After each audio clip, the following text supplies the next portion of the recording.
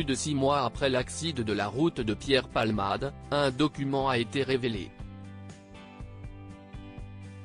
Dans cette expertise, l'humoriste est décrit comme le seul responsable de ce carambolage. Sa voiture n'a souffert d'aucun souci technique ou mécanique, dévoile Le Parisien. L'expertise est sans appel pour Pierre Palmade. Le 10 février dernier sur une route départementale de Seine-et-Marne, c'est lui qui a provoqué l'accident de la route qui a blessé 3 personnes.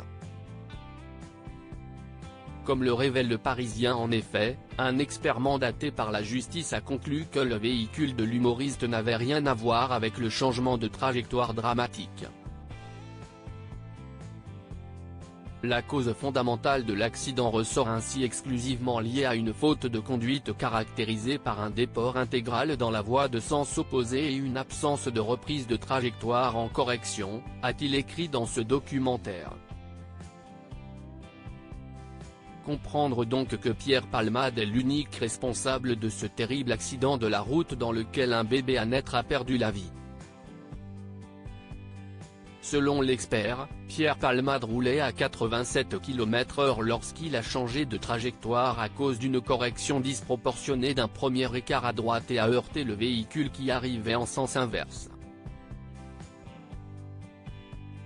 Nous n'avons pas d'éléments sur l'élément déclencheur de la dérive de la conduite, distraction, fatigue, a-t-il ajouté, alors qu'un témoin assurait que Pierre Palmade avait reçu un texto avant son accident.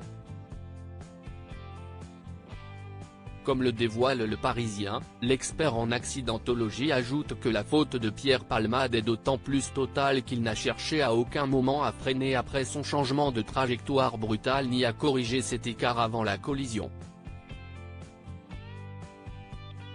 Durant son accident, l'humoriste était son l'empire de substances qui altèrent le comportement et la vigilance.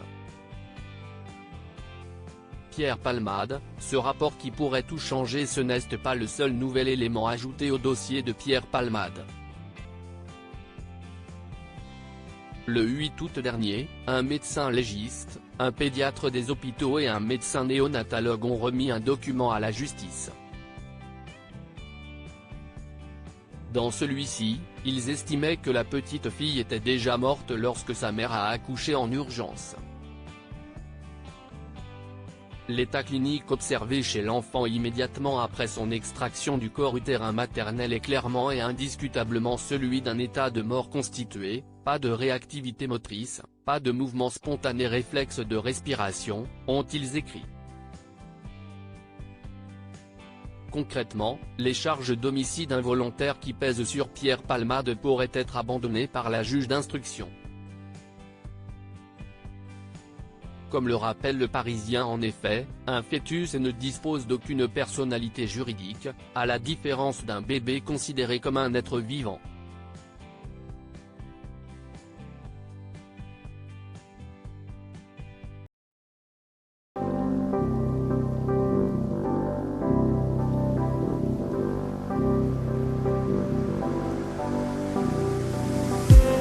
I just need